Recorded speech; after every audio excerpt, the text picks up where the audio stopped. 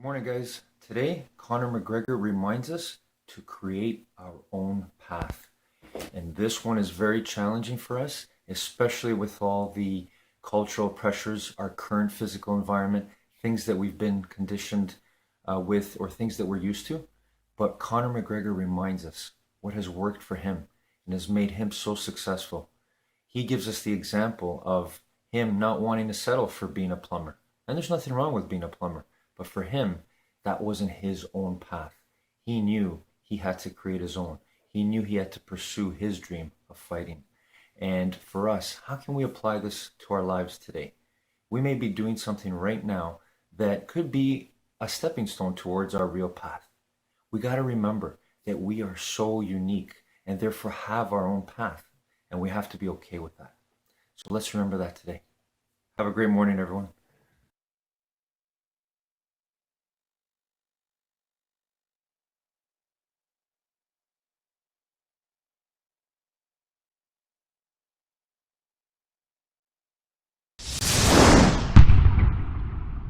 I don't care how much knowledge is in your head. If that knowledge doesn't go into your subconscious, your life will stay exactly the same as it was. You can be the brightest, smartest academic. And I say, fine, did it change your life? And the answer is no. You have to take the knowledge that you are walking within your conscious mind and put that knowledge into your subconscious programming. And when you do that, you are all powerful in the creation of your own life. And so just walking around and being able to recite all these wonderful sayings and things that you hear from all the wonderful teachers that we have, and you say, oh yes, I remember that, that's a good quote, that's a nice quote, oh that's a wonderful saying. It's irrelevant until that saying becomes part of your program, because now you are living from the saying and not talking about the saying. And that was the total transformation of a life that on an academic level was successful. On a personal level, I don't even want to talk about that, but it changed everything. Why? Because instead of having to chase after life, after this understanding, things came to me. The light will bring it to you. The only thing that's in your way of the light is a block in your belief that other people have put into your programming. You take your knowledge that you have, make it your subconscious program, and you will manifest all of the wonderful spiritual wisdom that you have heard throughout your whole life. Is not words now, it is life and behavior, and that's our destination. Nothing happens until you do something. Your life doesn't change, your business doesn't change, your situation, nothing changes. Nothing changes, nothing gets better until you decide to do something. This is where a lot of entrepreneurs get stuck, is that we're so obsessed with learning, and it's great. Learning is amazing, and watching videos is amazing, and going to events is awesome, and reading books and learning is just awesome. But it's easy to get stuck in our head and feel like the fact that we learned something, got inspired, got motivated is enough. It's not enough until you go and do something. Your life doesn't change until you do something. And so I've seen a lot of people who just seminar hop, who go from one person's seminar to the next person's seminar to the next person's seminar, and you go and you celebrate and you write a whole notebook full of ideas, but then nothing's changed in their life. And listen, that's better than most people. Most people are just trapped. Most people do not like their life at all. Most people are not investing anything in education and learning and improving. So at least it's a step up from there, but it's not where you ultimately want to be. The difference between where you are now and where you could be in a year, 2 years, 5 years, etc., is not just what you've learned, it's the action that you've taken. It's learning something and then immediately applying. And the ability to be a fast starter and build momentum, I think, will make an incredible shift forward for you as a new skill to learn this year. So, for example, I just came back from a crazy number of events. I was recording a VR version of Built to Serve in Arizona, which was awesome. And then I went to 2 back-to-back events where I was invited to be a guest speaker and sit in on the events of one, you had to pay $25,000 to be there, and the other, you had to pay $100,000 to be there. The 100K event was a lot smaller and more intimate than the 25K event, but still highly successful entrepreneurs in the room, caring about personal development, lots of speakers, and I had a binder full of notes, right? As I learn something, as I want to apply something, I'm writing it down feverishly. And at the end of that week, it was intense. You know, I mean, some of the notes, for example, on my last day, I went for coffee with a guy who'd sold his business for over $200 million. And he picked me up from my hotel and we went to his compound, not just his house, and spent a couple hours there. And then he drove me to the airport. And these are the kinds of people who are at these events. And so if you're talking about people who had built and sold 9-figure businesses, there's a lot of wisdom. There's a lot of learning. I'm trying to soak up as much as I can and extract from his brain into mine and take as many notes as possible. And I remember sitting on my airplane ride home and just being incredibly grateful for all the awesome humans that I met and the advice that I got, and then feeling overwhelmed. I've got so many notes. Just from this past week, I've got so many notes. I don't know what to do next. And so what I used my time on the airplane, there's no direct flight home from Phoenix to Toronto. And so I had a lot of airplane time, and I used that time to map out what I was going to do next. The worst thing you can do is just go get inspired by anything, whether it's an event, a book, a podcast, a video. You just get inspired and then you fall back into your regular routine. You get so overwhelmed by so many things that then nothing happens. You get excited, but then overwhelmed and then nothing happens and you fall back into your regular life. Where the best thing you can do is take some kind of immediate action. So one of the things, as an example, that this guy who had sold his business for $200 million said was, have a single most important number. What is the most important number that would drive your business forward?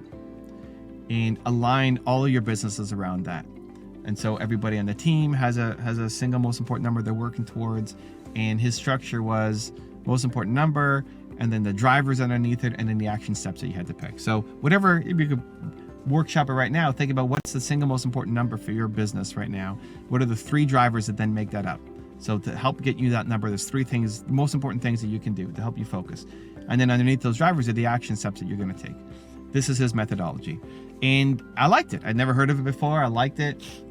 He's writing a book on it. And so he gave me the first draft of the book for me to be able to read.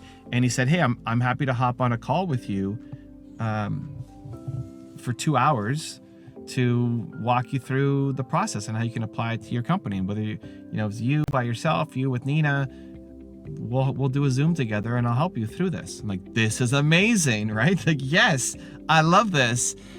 It's like, when can we do it? It's like, I'm busy and I'm traveling, whatever. And so 2.5 weeks out from when I left is when we're gonna do it.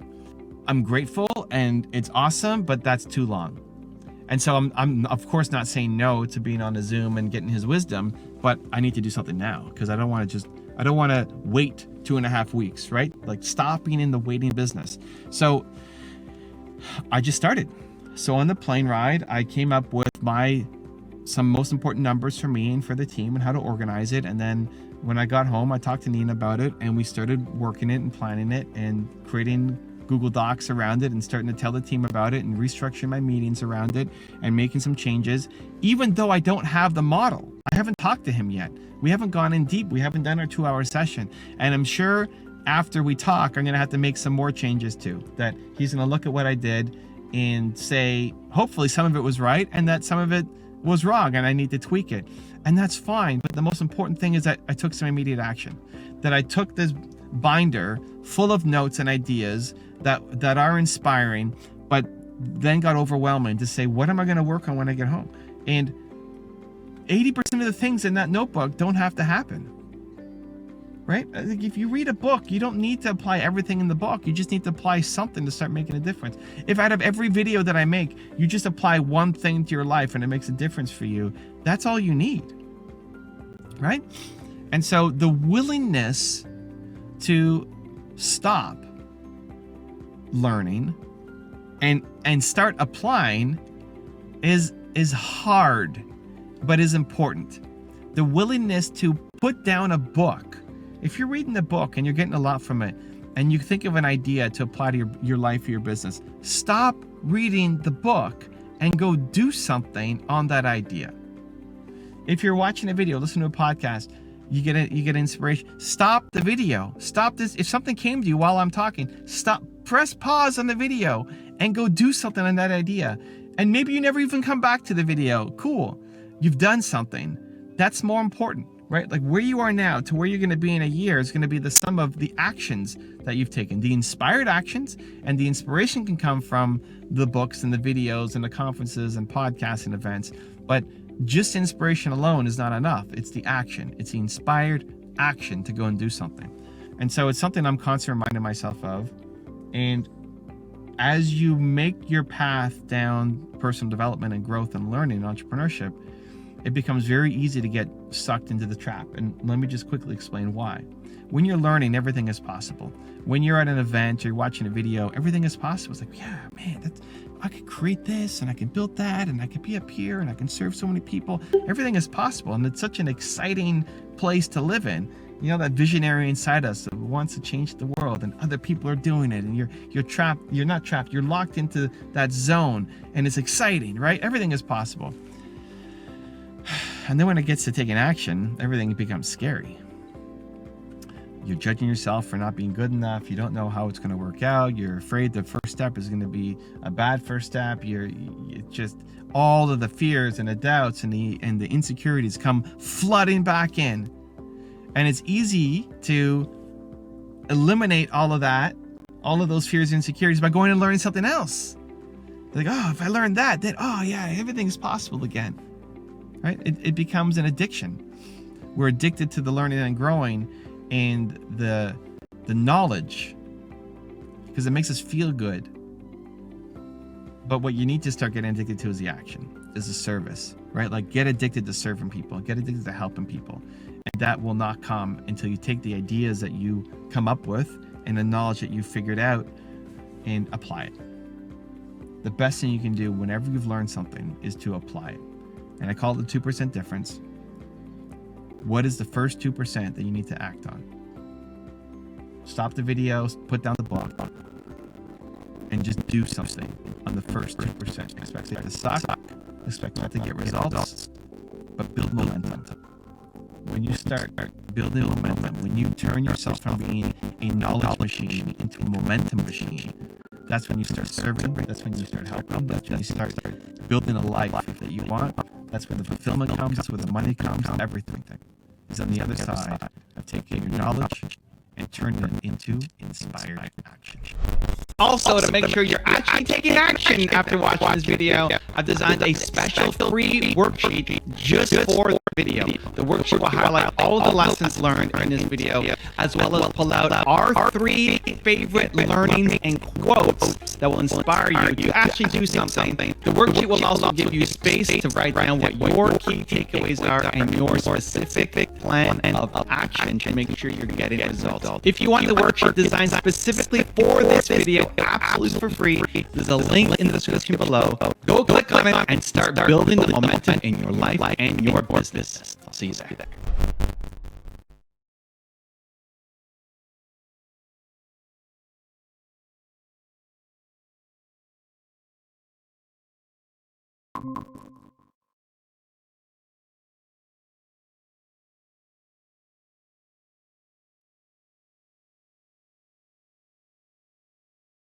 Good afternoon, guys. How are you doing today? How is your path going?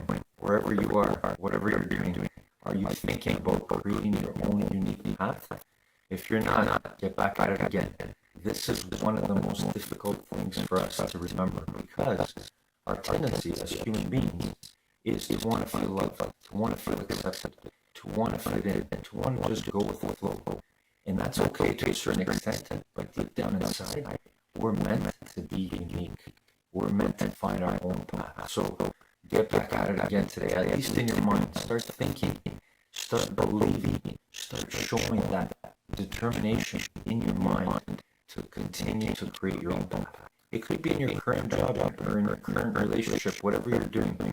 Think about how you can be your true, unique self.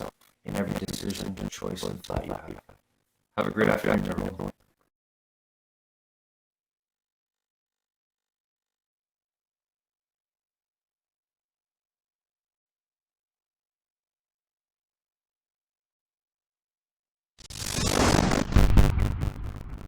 If you're not being defined by a vision of the future, then you're left with the old memories of the past, and you will be predictable in your life. And if you wake up in the morning and you're not being defined by a vision of the future, as you see the same people and you go to the same places and you do the exact same thing at the exact same time, it's no longer that your personality is creating your personal reality. Now your personal reality is affecting or creating your personality. Your environment is really controlling how you think and feel unconsciously. Because every person, everything, every place, every experience has a neurological network in your brain. Every experience that you have with every person produces an emotion. So some people will use their boss to reaffirm their addiction to judgment. They'll use their enemy to reaffirm their addiction to hatred. They'll use their friends to reaffirm their addiction to suffering. So now they need the outer world to feel something.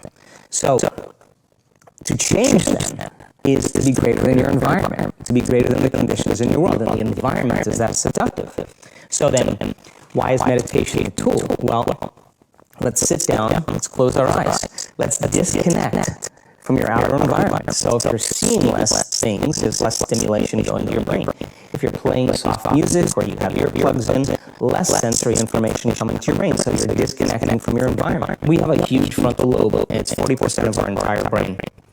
And most people, when they have a thought, they just think that that's the truth. And I think one of my greatest realizations in my own journey is just because you have a thought doesn't necessarily mean it's true.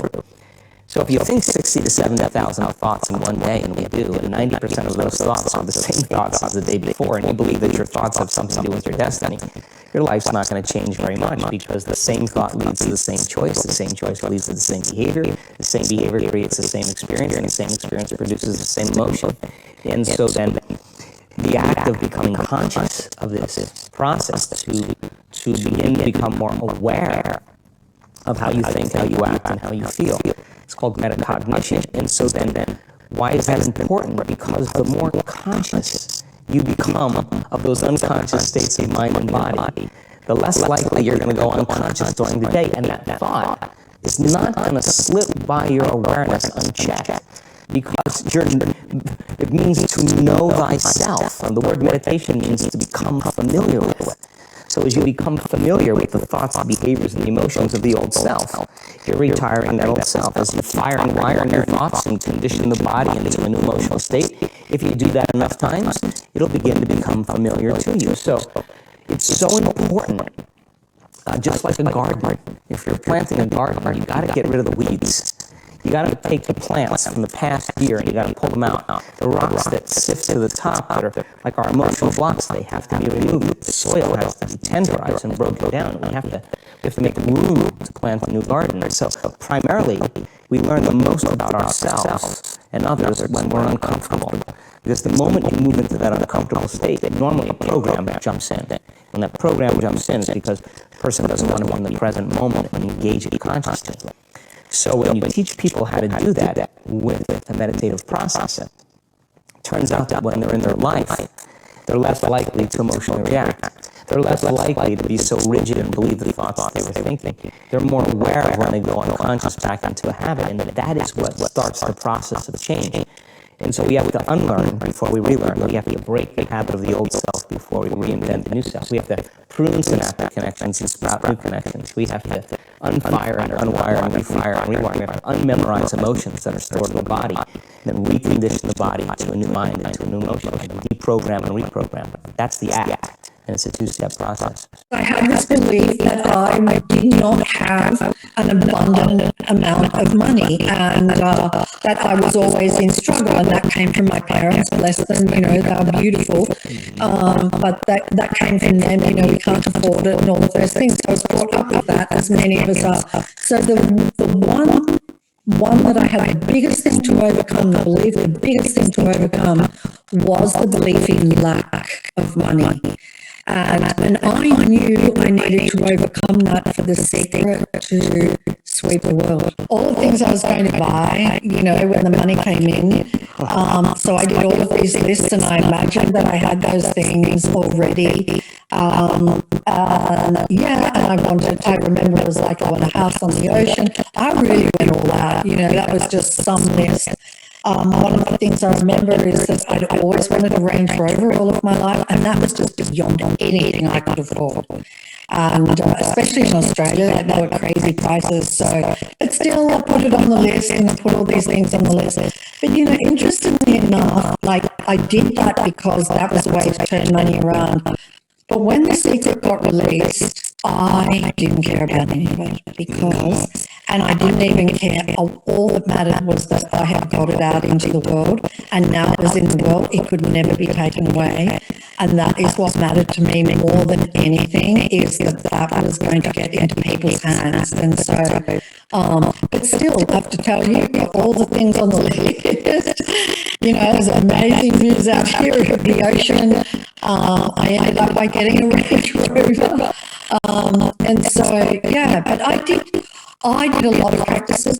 I write in the book about how I'm going to push the metaphysical envelope, and I'm going to go to places I haven't gone before. And I never went there before because I didn't want to alienate my reader, and I had a lot of new seekers that were joining me on this journey. But I feel right now that people are completely ready for this conversation, and they can take it or leave it, and make it their own. And my beliefs do not have to be theirs. That's a really important point. That whatever we believe when we think about a higher power, spiritual presence, is what we believe, and all that matters is that you believe it, not that someone said it's this or that. It may be a religious, spiritual belief system. It may be a belief system from your childhood. It may be something that you read in a book that resonated with you. You decide. That's the beautiful thing about being on a spiritual path. But what I share is what I believe to be true about what it means to connect to the voice of our higher self, our inner guidance system, and our inner wisdom, versus what it means to rely on a guide or angel or a deceased family member or a loved one. And so I believe we all have we all have a team of guides, of spiritual guides that work on our behalf all the time.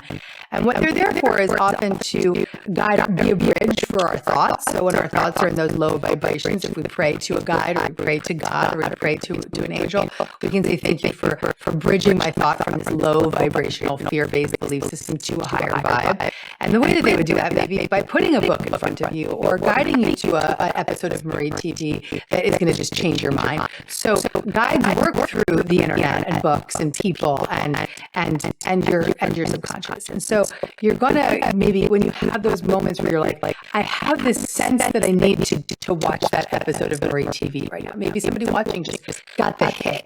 That could have been your guide, just giving you that boost of inspiration. Watch that, because that's going to change you. And so don't underestimate those moments of synchronicity, because there's support that's leading you in those synchronistic moments. And so the more that we align with our spiritual belief systems, and the more we allow ourselves to accept that it's good to feel good, the more we use things like the emotional guidance scale or the choose again method or any of the methods in this book, the better we feel. And the better we feel, the more we can hear the guidance that we're receiving. The guidance is always there, but we block it. We cut it off. And so we can open up to that guidance. Research studying psychology found out that both the second person and third person makes you makes your self-talk more powerful. So if you're going to do affirmations, you wouldn't just say, I want to do this, I want to do this. You want to do what we call in the book self-coaching, where you would say, in my case, Brendan, it's important you do a good job here today because you usually don't do interviews. And you really love Marie and you want to do a good job for her and her people. And this is a book you worked on for 3 years, and it's important it does well. And Brendan, don't forget, you're so lucky you get to do this, brother. So just enjoy the process. You're so lucky, Brendan. That's a different level of going, I'm lucky, right? It is. I'm Brendan. Yes. Another one I do every morning in the shower. Assuming I take a shower, but every morning in the shower. We all don't every day. Not every morning. No, we do not. It just doesn't happen. It does not happen. I told you, like 24 hours ago, I was staying in a bar in the woods at a friend's house. But the second thing I ask myself in the shower every morning is what might happen today that could trip me up? And how are you going to bring your best self to that, Brendan? I say that every morning in the shower to myself. And it just helps me anticipate that, something's going to go wrong during the day. Absolutely. And if I already know everything, like this morning's was, okay, you're I think I'm in, North Manhattan, where I'm staying. Do you call it North? You're uptown. I'm uptown. And you're coming to, let's just call it downtown. Okay, so I'm like, okay, that's going to be 45 minutes. It's a hot summer day. Yes. I'm going to get hot. I know when I'm hot. Sometimes I get impatient. Yes. And I get stressed. And I don't want to feel that. So just pay attention to how you're feeling on your way down to the interview with Marie Brendan. And really just engage, pay attention, be present with New York, and really enjoy that you're here. I know that sounds completely crazy, but every high-performing athlete does this. Every salesperson does this. I mean, at high level. Every person I interviewed who are at what we call the top 15% of all high performers, they all self-talk, and most of them we found were doing it in second and third person. Which is amazing. I love it. I think it's so fun. Yeah, little things. Yeah. I enjoy So you already talk to yourself and you say your name to yourself, they're not crazy. You're probably high performing. I think most of us, the biggest problem, I think, especially today, is that we are so afraid of money. And so as much as we want money, we are so scared of it. So why do you say that? I think that hit me as very counterintuitive. Why do you think people are scared of money? it's because of a money trauma. I call it money wounds that we've had since our childhood. We used to have some, unless your parents are perfect, and unfortunately it's not the case in any culture. So we've been scolded about money. You know, we spend too much, we waste the money, or we denied karate lesson, or soccer lesson, or ballet lesson, or piano lessons, because it's expensive. Some of my friends were taught, you are not worth it. That's like, it's a big blow. So we've been denied so many times around money. So that's why, as much as we want money, because we feel money can buy happiness, money can buy at least freedom, but at the same time, money have been abused us for so many ways. So as much as we want to get close to it, but if we get too close, we get burned or like hurt. So for a lot of people, money is a mystery person. So how do they begin to change that relationship? I'm assuming some of this is going to be just narrative around how they talk to themselves about money. What do you advise people to do? You have to start watching your language. My mother used to say that. And then around money especially, a lot of people say that, you know, I was ripped off. So there are so many negative language around money.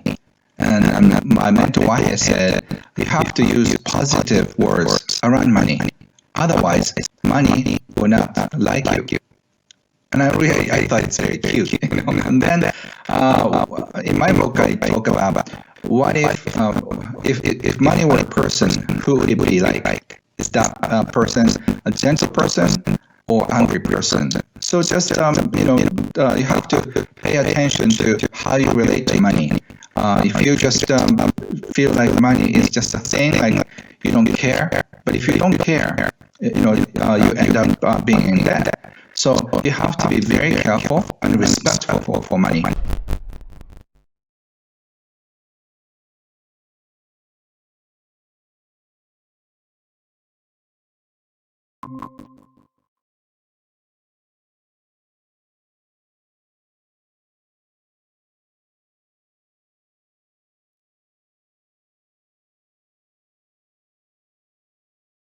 Good evening, guys. Creating our own unique path is a very challenging thing, but it comes from understanding that we are each unique in every thought, experience, choice we've made in our life. And that's where we have to embrace and accept that. And in terms of my personal life story, the reason why I'm so passionate about filling our minds with positive thought energy is because I've seen the power of our thoughts. I've experienced the benefits and the drawbacks of not having or having the correct and accurate way of thinking. So I want to help you with this, and I hope that you are inspired to be your true great self through your own unique path. So hopefully today you had that chance to apply it, but if not today, tomorrow's another day. Get back at it again.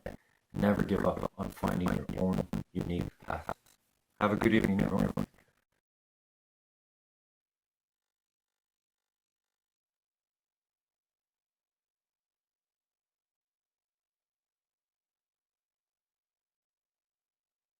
this is the beautiful thing that happens when you say thank you to someone who's kind to you. It does three things. The first thing is you recognize kindness. So now you're triggering your mind to start recognizing kindness, and you're now recognizing kindness in them. The second thing you do is you reinforce kindness in them. They realize, they're like, oh, when I'm kind, people appreciate it. So I'm going to be more kind. So you now reinforce kindness within them. And the third thing is you help them repeat it. Now that you've shown them that their kindness is reciprocated, they're now going to be kind to more people. So when you recognize kindness in someone, it reinforces that belief that kindness is amazing, and then they repeat that kindness to other people. So now you've started this domino effect of kindness just by thanking one person. Need motivation? Watch the top 10 with Believe Nation. Hey, it's Evan Carmichael, and I make these videos because you are probably the most ambitious person in your circle, but you know you're capable of more, and you get that push by surrounding yourself with the best. So today, let's learn from one of the best, Jay Shetty, and my take on his top 50 rules for success.